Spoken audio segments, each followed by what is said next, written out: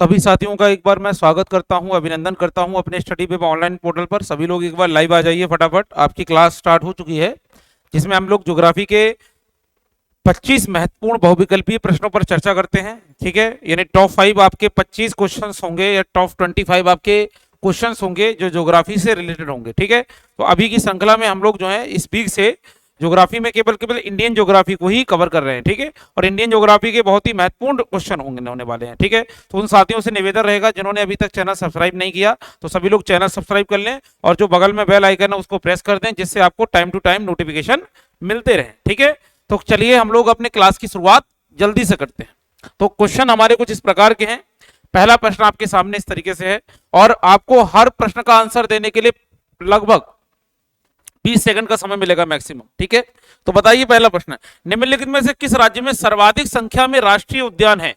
ठीक है, option A Andaman Nicobar द्वीप समूह, बी अरुणाचल प्रदेश, सी असम और डी मेघालय। बताइए क्या आंसर है।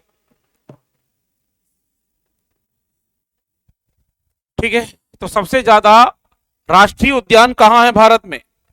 इसका सही आंसर है असम में। देख लेते हैं एक बार। ठीक है, तो देखिए असम भारतीय राज्य में सबसे अधिक राष्ट्रीय उद्यान वाला राज्य है। असम में एक राष्ट्रीय उद्यान मानस मारकोटा डिब्रू में है, डिब्रूगढ़ में है, सनारूपा तेजपुर में है, काजीरंगा जोहाराट में है। अरुणाचल प्रदेश में राष्ट्रीय उद्यान और है पक्का मुकाई नामदफा। ठीक है, मेघालय में अगर बात करें तो ये कुछ अरुणाचल प्रदेश के नाम दिए हुए हैं, मेघालय में दिए हुए हैं। तो राष्ट्रीय उद्यान आपके मेघालय में 3 राष्ट्रीय उद्यान है, नोगरेक राष्ट्रीय उद्यान और बलरकपुर राष्ट्रीय उद्यान, और अंडमान निकोबार द्वीप समूह में 4 राष्ट्रीय उद्यान है, बंदर राष्ट्रीय उद्यान है। इसलिए विकल्प उत्तर सही है। ठीक है,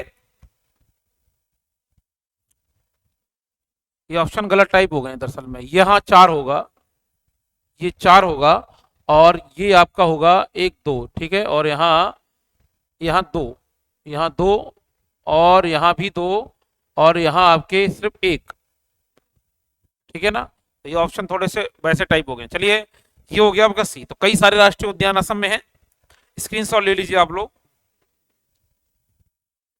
अब दूसरा क्वेश्चन आपके सामने, निम्नलिखित में से कौन सी पहाड़ियां पाई जाती हैं जहां पूर्वी घाट और पश्चिमी घाट मिलते हैं? ठीक है, अन्नामलाई की पहाड़ियों में ऐसा होता है, इलायची की पहाड़ियों में ऐसा होता है, नीलगिरी की पहाड़ियों में ऐसा होता है, या सेवराय की पहाड़ियों में ऐसा होता है? बताइए कहां ऐसा होता है जहां पश्चिमी घाट और पूर्वी घाट दोनों आपस में मिलते हैं? तो दोनों आपस में कहा मिलते हैं? नीलगिरी की पहाड़ियों में। कहा? नीलगिरी की पहाड़ियों में ऐसा है। ठीक है, तो चलिए इसका एक बार हम व्याख्या ले लेते हैं। नीलगिरी की पहाड़ियां जिन्हें ब्लू माउंटेन के नाम से जाना जाता है, ये पश्चिमी घाट और पूर्वी घाट का मिलन बिंदु है। ये राज्य केरल, कर्नाटक और तमिलनाडु, यानी केरल, कर्नाटक, तमिलनाडु में पश्चिमी घाट में अपनी मूल श्रेणी के रूप में स्थित है। इसलिए उत्तर आपका विकल्प नंबर सी जो है वो सही हो जाएगा। ठीक है, तो फटाफट इसका स्क्रीनशॉट ले लीजिए आप लोग। चलिए क्वेश्चन नंबर हम 3 पर चलते हैं। तीसरा क्वेश्चन है, निम्नलिखित में से कौन सा अनिवार्य रूप से हिमालयी वनस्पति की प्रजाति नहीं है? कौन सी हिमालयी वनस्पति की प्रजाति नहीं है? तो ये नहीं है महोगनी, महोगनी नहीं है। जुनिपर है, चांदी का देवदार है, सुरूपस है। ठीक है, तो महोगनी नहीं है। कैसे नहीं, जरा देख लेते हैं। महोगनी उष्णकटिबंधीय वनों में पाई जाने वाली कठोर लकड़ी की प्रजातियों में से एक है और हिमालयी वनस्पति का अनिवार्य हिस्सा नहीं है। हिमालयी प्रकार की वनस्पतियों में पाई जाने वाली सबसे आम प्रजातियां हैं चांदी का देवदार और विभिन्न प्रकार की प्रजातियां जैसे गहरे भूरे रंग की मिट्टी। इस क्षेत्र की वनस्पति ऊंचाई और वर्षा पर निर्भर करती है, इसलिए उत्तर बी सही है। स्क्रीनशॉट ले लीजिए। चलिए स्क्रीनशॉट ले लीजिए फटाफट। चौथे प्रश्न की तरफ बढ़ते हैं। भारत की राष्ट्रीय जनसंख्या नीति, भारत की राष्ट्रीय जनसंख्या नीति 2000 के अनुसार निम्नलिखित में से किस वर्ष तक जनसंख्या स्तरीकरण प्राप्त करना हमारा दीर्घकालिक उद्देश्य हो सकता है? दीर्घकालिक उद्देश्य का मतलब है कि बड़ा उद्देश्य हो सकता है जिससे जनसंख्या स्तर हो सके। तो बताया गया है कि 25 तक, 35 तक, 45 तक, 55 तक। तो इसका सही आंसर क्या होगा बताइए, कमेंट करिए। तो इसका आंसर होगा 2045 तक। 2045 तक देख लेते हैं एक बार। 2045 तक भारत में 2045 तक भारत में जनसंख्या का दीर्घकालिक लक्ष्य पूरा करना संभव है। राष्ट्रीय जनसंख्या नीति सन 2000 के अनुसार भारतीय नागरिकों को की बाल स्वास्थ्य आवश्यकताओं को पूरा करने के लिए एक नीतिगत ढांचा तैयार कर किया गया था। इसका गठन लोगों के कल्याण और देश में जीवन को बेहतर गुणवत्ता देने के लिए किया गया था। ठीक है, तो स्तरीकरण की प्रक्रिया 2045 तक होगी। जल्दी से स्क्रीनशॉट ले लीजिए आप लोग।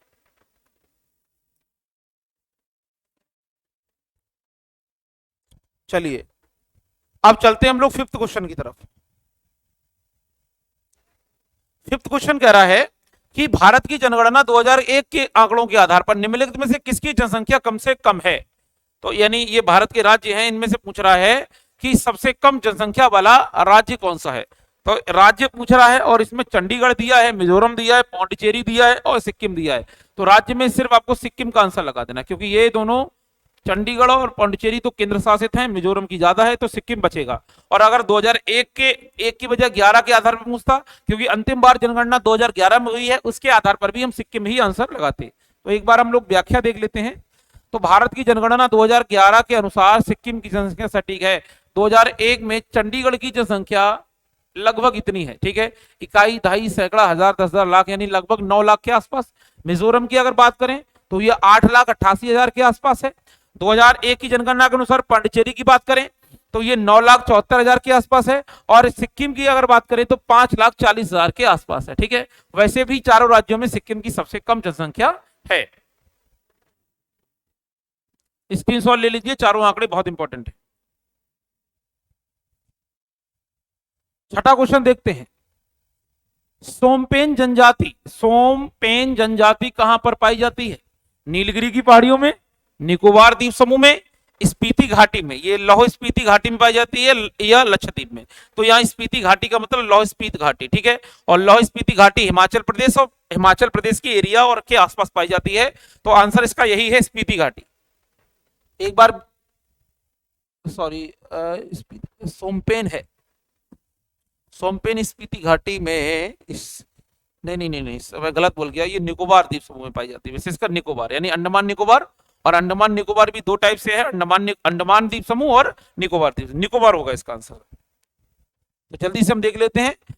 सोमपेन जनजाति, जिसे सोमपेन भी कहा जाता है, ये ग्रेट निकोबार द्वीप समूह पर आधारित है और इस द्वीप समूह के स्वदेशी लोग होने के लिए जाने जाते हैं। इन्हें अनुसूचित जनजाति के रूप में नामित किया गया है और अंडमान निकोबार द्वीप समूह के केंद्र शासित प्रदेश में शिकार एवं सवा की आजीविका के रूप में इनको रखा गया है। ठीक है, तो इसका मतलब ये अंडमान निकोबार द्वीप समूह के निकोबार द्वीप समूह, और निकोबार द्वीप समूह के तीसरे द्वीप समूह का नाम है जिसका नाम है ग्रेट निकोबार।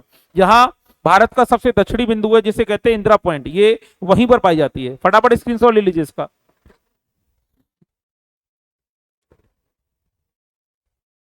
सातवां क्वेश्चन देख लेते हैं। कथनों पर विचार करना है। भारत में थोरियम का कोई निक्षेप नहीं है भैया, तो ये गलत हो गया। क्या केरल की मोनोजाइट रेत में यूरेनियम होता है? थोड़ा बहुत होता है, लेकिन ऐसा नहीं कि नहीं होता है। तो ये दोनों विकल्प सही नहीं है। इसका मतलब डी वाला, ना तो एक और ना ही दो, डी वाला आपका गलत ऑप्शन है। देख लेते हैं एक बार। दिए गए कथनों में कोई भी सही नहीं है। ठीक है, भारत में थोरियम के भंडार हैं और वह भी बहुतायत में 0.65 मिलियन टन भारत में थोरियम मिलता है। और भारतीय राज्य केरल में मौजूद मोनोजाइट रेत में थोरियम की बहुत अधिक मात्रा है। केरल में यूरेनियम नहीं पाया जाता। ठीक है, तो इसलिए इसके व्याख्या दे रखी है। ये दोनों पॉइंट आप लोग स्क्रीनशॉट के रूप में ले लीजिए।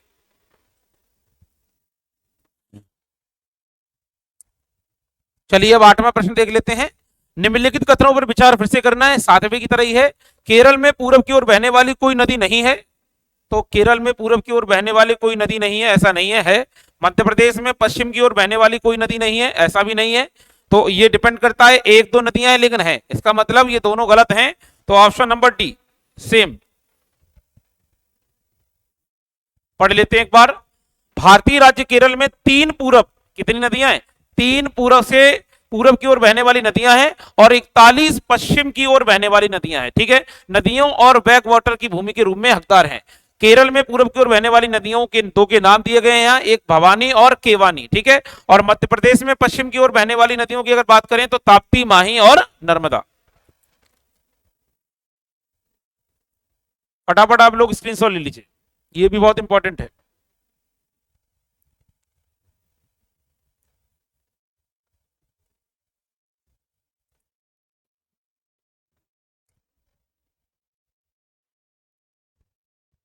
नमा, Dulhasti power railway, sorry, Dulhasti power station यानी बिजली बनाने का जो स्टेशन है वो निम्नलिखित में से किस राज्य पर या किस नदी पर आधारित है?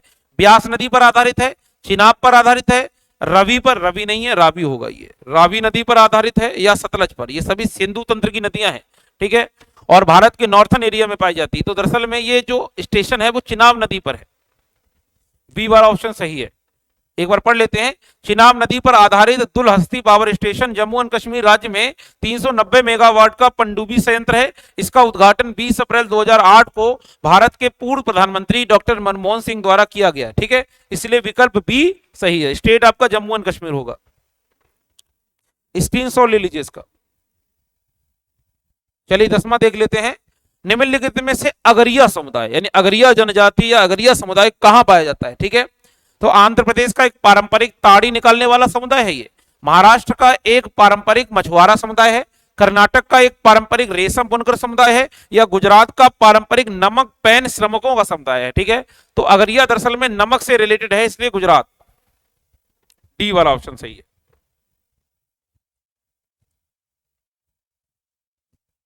एक बार पढ़ लेते हैं इसकी व्याख्या। अगरिया समुदाय जो कि मुस्लिम समुदाय है, गुजरात का एक पारंपरिक नमक पान श्रमिक समुदाय है। उन्होंने अपना नाम आगरा से अगरिया समुदाय के रूप में प्राप्त किया है। इस जनजाति के लोग लोहे के विभिन्न उपकरणों को अपनी आजीविका के रूप में बनाते हैं और यह समुदाय मध्य प्रदेश राज्य में भी थोड़ा बहुत मिलता है। ठीक है, तो फटाफट इसका आंसर लगा लीजिए आप लोग।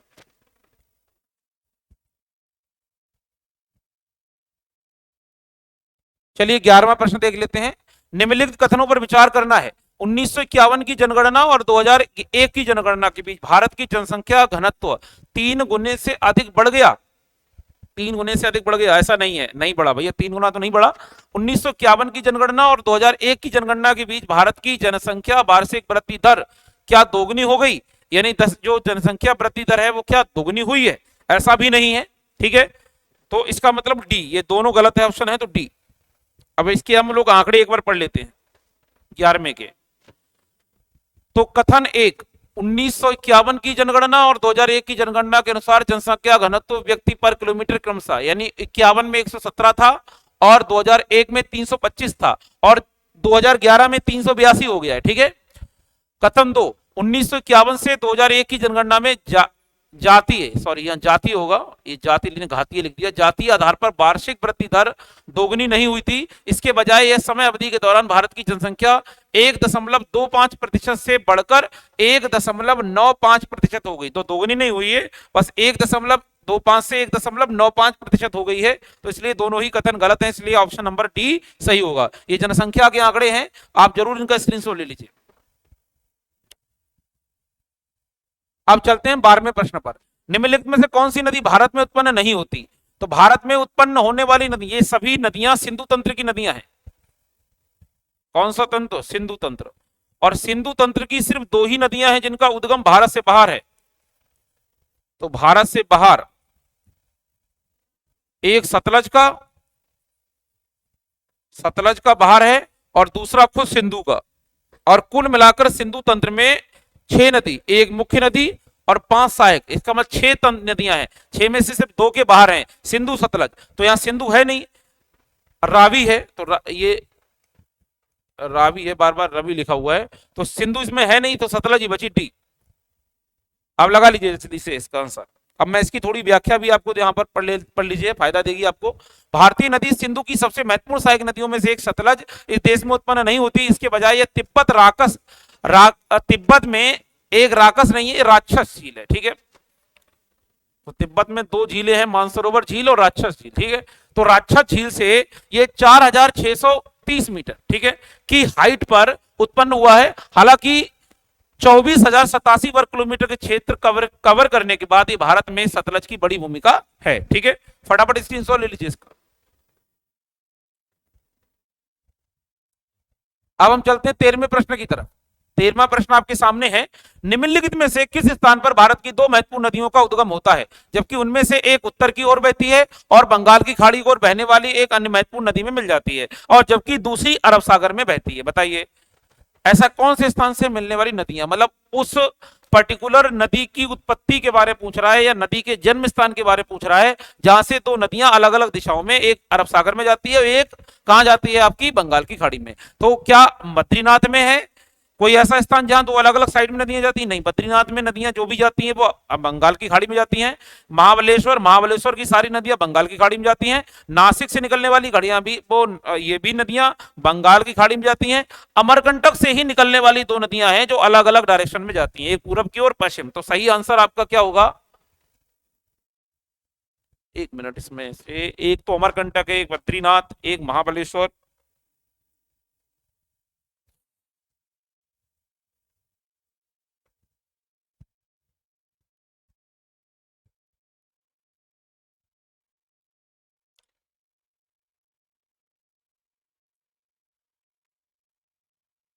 तो इसका आंसर अमरकंटक है। ठीक है, अमरकंटक की और कोई डाउट नहीं। ठीक है, बाकी तो हो ही नहीं सकता। पढ़ लेते हैं एक बार।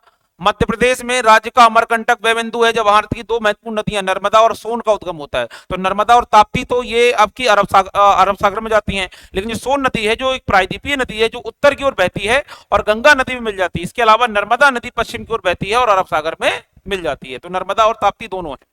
फटाफट स्क्रीनशॉट ले लीजिए इसका। 14वां क्वेश्चन देखिए, भारत में निम्नलिखित में से किस राज्य में सबसे बड़ा अंतर्देशीय लवणीय आंध्र भूमि है? यानी सबसे बड़ी अंतर्देशीय लवणीय आंध्र भूमि क्या है, यानी लवण से संबंधित भूमि कहां है? तो सबसे ज्यादा सॉल्ट भारत में कहां पाया जाता है और सॉल्ट का क्षेत्र कहां है? वैसे तो नमक आपका गुजरात में मिलता है, तो हरियाणा मध्य प्रदेश तो होंगे नहीं। अब इसका मतलब है तो गुजरात होगा या राजस्थान होगा। लेकिन लवणीय जो भूमि है, ज्यादातर नमक मिलता जरूर है गुजरात में, लेकिन लवणीय भूमि वाला स्थान राजस्थान। इसका मतलब डी, इसका आंसर राजस्थान है। राजस्थान भारत में सबसे बड़ी अंतर्देशीय लवणीय आंध्र भूमि का घर है। नमक की उपस्थिति मिट्टी को खारा बना देती है और क्षारीय मिट्टी की संरचना की ओर ले जाती है। ऐसी मिट्टी में खनिज अंश होते हैं और अपघटित नहीं होते, जैसे कैल्शियम लवण और मैग्नीशियम लवण। ठीक है, तो मैंने बताया था इसका आंसर राजस्थान है। फटाफट इसका स्क्रीनशॉट लीजिए। अब जल्दी चलते हैं 15वें क्वेश्चन की तरफ। 15वां क्वेश्चन है, भारत में बंदरगाहों को प्रमुख और गैर प्रमुख बंदरगाहों के रूप में वर्गीकृत किया गया है। निम्नलिखित में से कौन सा एक प्रमुख बंदरगाह है? कोच्चि, दहेज, पारादीप, न्यू बेंगलोर। तो इसका मतलब दहेज, यहां इसका कोई मतलब नहीं है। पढ़ते हैं एक बार। दिए गए सभी चार बंदरगाहों में सबसे तेजी से विकसित होने वाला छोटा बंदरगाह दहेज है। यह भारतीय राज्य गुजरात के जिला भरूच में खंपात की खाड़ी पर स्थित है। ठीक है, यह आईपीसीएल पेट्रोकेमिकल परिसर का स्थान है। दहेज बंदरगाह एक स्थल है और इसलिए इसका विकल्प जो है वो भी सही है। फटाफट स्क्रीनशॉट ले लीजिए इसका।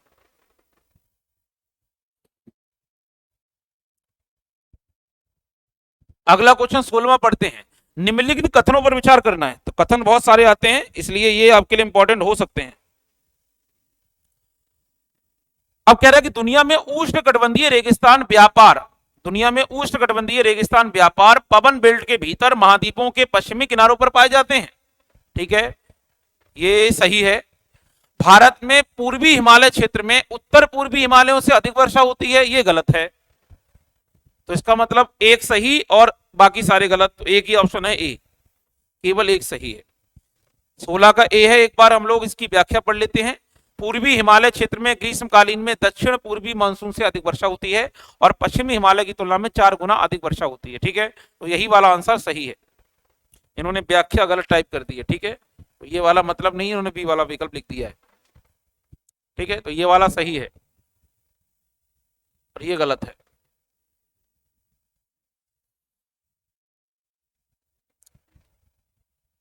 चलिए 17वां देखते हैं।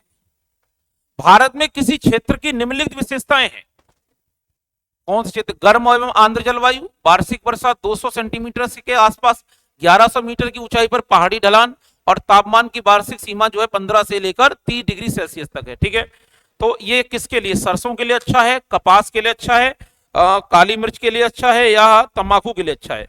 तो ये काली मिर्च के लिए, मसालों के लिए सबसे अच्छा है, ठीक है। तो इसका आंसर है काली मिर्च। पढ़ सकते हैं एक बार आप। ऊपर दी गई विशेषताएं काली मिर्च की फसलों को निर्दिष्ट करती हैं, क्योंकि मिर्च के विकास के लिए सभी शर्तें आवश्यक हैं, ठीक है, जैसा कि उपरोक्त कथन में दिया हुआ है। तो आप फटाफट इसका स्क्रीनशॉट ले लीजिए।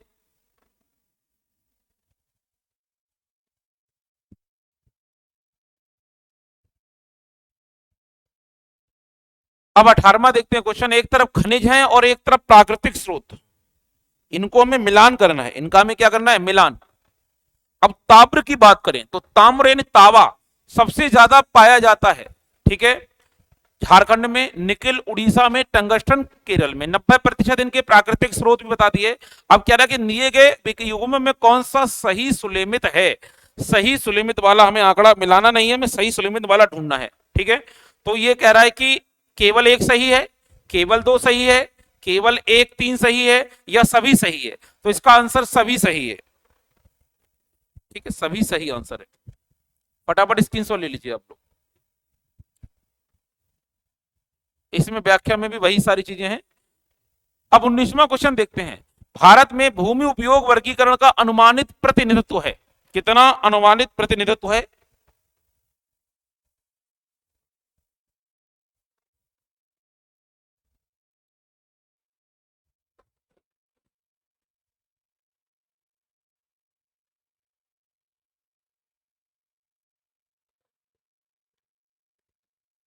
अब कह रहे भारत में भूमि, अब ये कह रहे शुद्ध क्षेत्र 25% बोया गया और 33% वन है, अन्य क्षेत्र 42% है। शुद्ध क्षेत्र 58% है, बोया गया और वन क्षेत्र 17%, अन्य क्षेत्र 25% है। शुद्ध क्षेत्र बोया गया 43% है और वन क्षेत्र 29% है, अन्य क्षेत्र 28% है। या शुद्ध क्षेत्र जो बोया हुआ क्षेत्र है 47% है और वन 23% है, अन्य क्षेत्र 30% है। इसका आंसर आप वन से ही लगा सकते हैं। भारत में 21 और 22% के आसपास वन है और 21% के आसपास सबसे नजदीकी वनों का जो परसेंटेज है वो 33 नहीं है, 33 ज्यादा है, 17 बहुत कम है, 29 भी ज्यादा है, 23 बचा। तो डी वाला आंसर सही है, डी वाला आंसर बिल्कुल सही है, ठीक है। आप इसका स्क्रीनशॉट ले लीजिए और एक बार आप व्याख्या भी पढ़ सकते हैं। तो डी सही है। भारत में कुल वन क्षेत्र 22% के आसपास है और भारत में अन्य क्षेत्र 30% है और शुद्ध बोया हुआ क्षेत्र लगभग 46 या 46.5% के आसपास है, ठीक है। जबकि राष्ट्रीय वन नीति के अनुसार कहा गया है कि भारत में 33% वन होने चाहिए। तो फटाफट इसका स्क्रीनशॉट ले लीजिए।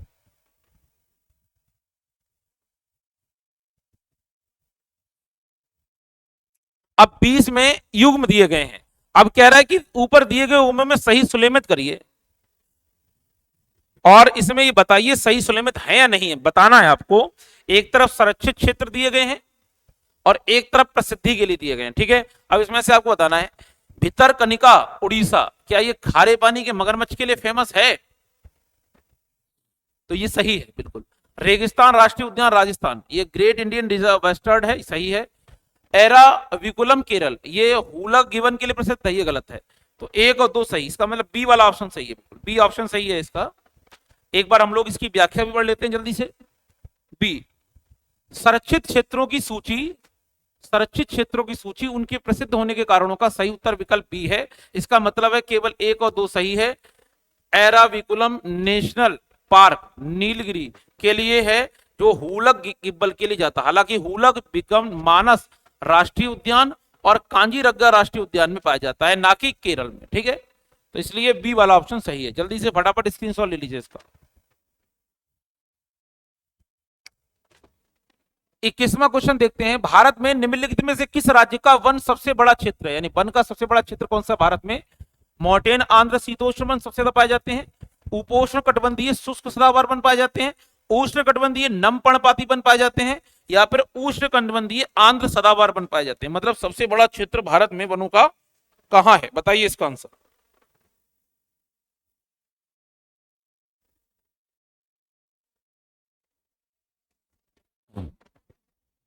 तो सबसे ज्यादा भारत में उष्ण कटिबंधीय पर्णपाती वन पाए जाते हैं। पर्णपाती वनों का क्राइटेरिया ज्यादा है, इसलिए सी सही है। एक बार व्याख्या हम लोग पढ़ लेते हैं इसकी। उष्ण कटिबंधीय नम पर्णपाती वन सबसे बड़े क्षेत्र में पाए जाते हैं, इस प्रकार विकल्प सी है। पर्वतीय आंध्र शीतोष्ण वन की बात करें ये 3.45 है और 0.36 क्षेत्र उपोष्ण कटिबंधीय शुष्क सदाबहार वन पाए जाते हैं। उष्ण कटिबंधीय नम पर्णपाती वन का क्षेत्रफल जो है भारत में लगभग जो है वो आपका पाया जाता है 33.92%, और जबकि 8.75 क्षेत्र जो है वो उष्ण कटिबंधीय आंध्र सदाबहार वनों का पाया जाता है। ठीक है, तो इसलिए ये ऑप्शन आपका सही है। फटाफट स्क्रीनशॉट ले लीजिए।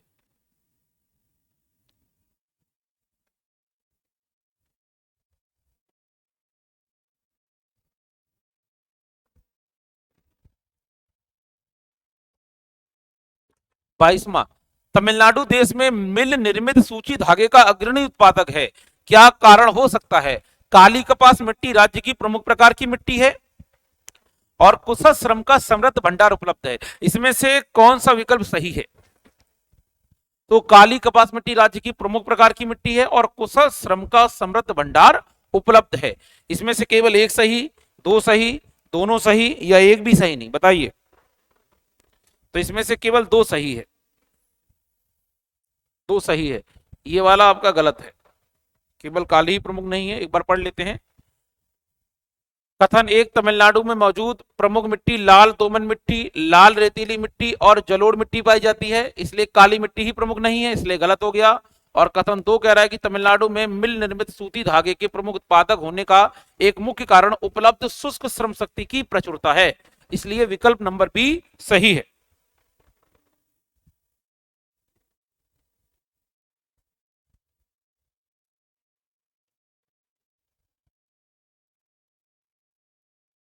अगला देखते हैं। हिमाचल प्रदेश से गुजरने वाली नदियां, हिमाचल प्रदेश से कौन कौन सी नदियां गुजरती हैं? केवल ब्यास और चिनाब, केवल ब्यास और रावी, केवल चिनाब रावी सतलज, ब्यास चिनाब रावी सतलज यमुना। बताइए आंसर क्या हो सकता है?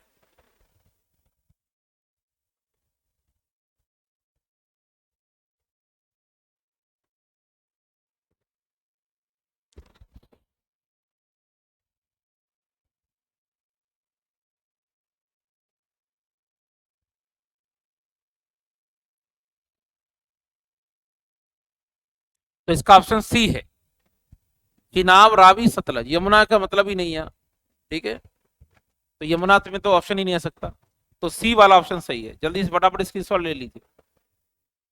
24वां देखते हैं। क्या आप भारत के कुछ हिस्सों में यात्रा करते हैं और आप लाल मिट्टी देखेंगे, इस रंग का मुख्य कारण क्या है? इसका मुख्य कारण है मैग्नीशियम की प्रचुरता, संचित ह्यूमस, फेरिक ऑक्साइड या फास्फेट। तो फेरिक ऑक्साइड की वजह से इस मिट्टी में लाल रंग पाया जाता है। एक बार पढ़ सकते हैं इसको।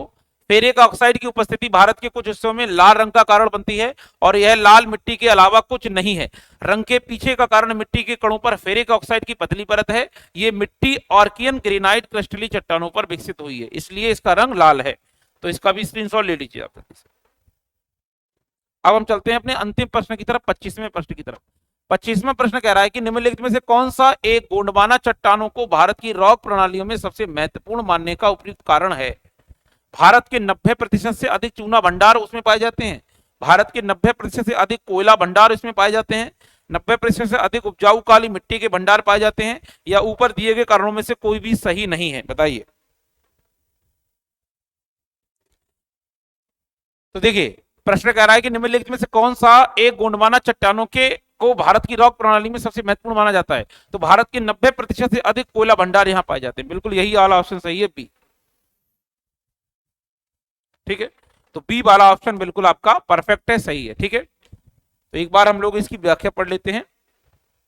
भारत के 90% से अधिक कोयला भंडार गोंडवाना रॉक सिस्टम में पाए जाते हैं। यह उच्च सघनता बाला निचली गोंडवाना युग की चट्टानों में पाई जाती है, और ये चट्टानें असम, उड़ीसा, आंध्र प्रदेश, सिक्किम और महाराष्ट्र राज्य में मौजूद हैं। ठीक है, तो ये क्षेत्र पर्टिकुलर इसी एरिया में पाया जाता है।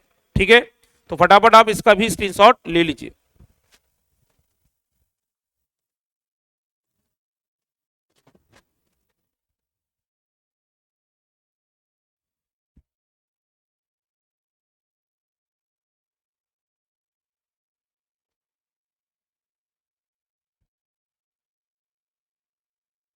ठीक है, तो ये थे आपके बहुत ही महत्वपूर्ण 25 प्रश्न जिन पर हम लोगों ने चर्चा करी, बातचीत करी।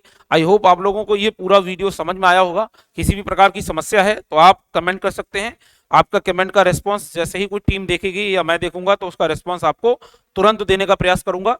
दूसरा, हम लोगों ने डिस्क्रिप्शन बॉक्स में टेलीग्राम चैनल का लिंक भी प्रोवाइड किया है, आप वहां से भी हम लोगों से, हमारी टीम से कांटेक्ट कर सकते हैं। जाने से पहले वही आपसे दो निवेदन, वीडियो अच्छी लगी हो तो वीडियो को लाइक करिएगा, शेयर करिएगा, अपने मित्रों तक भेजिएगा। और अभी तक जिन साथियों ने हमारा चैनल सब्सक्राइब नहीं किया है वो सभी लोग चैनल जरूर सब्सक्राइब कर लें, जिससे आपको इंपॉर्टेंट वीडियो वगैरह मिलते रहे। ठीक है, यानी जैसे ही कोई नया वीडियो, किसी भी सब्जेक्ट का वीडियो हुआ, वो अगर अपलोड किया जाएगा तो सबसे पहले आपके मोबाइल पर उसका नोटिफिकेशन आपको मिल जाएगा और आप आसानी से आप उस क्लास को रीलाइव कर सकते हैं या उस क्लास से जुड़ सकते हैं। ठीक है, तो इसी के साथ मैं अनुमति चाहूंगा आपसे। ठीक है, और हम लोग फिर से एक नए क्लास में आपसे रूबरू होंगे और एक नए टॉपिक पर हम डिस्कस करेंगे। तो अभी के लिए फिलहाल में इतना ही, आज्ञा दीजिए। नमस्कार, जय हिंद।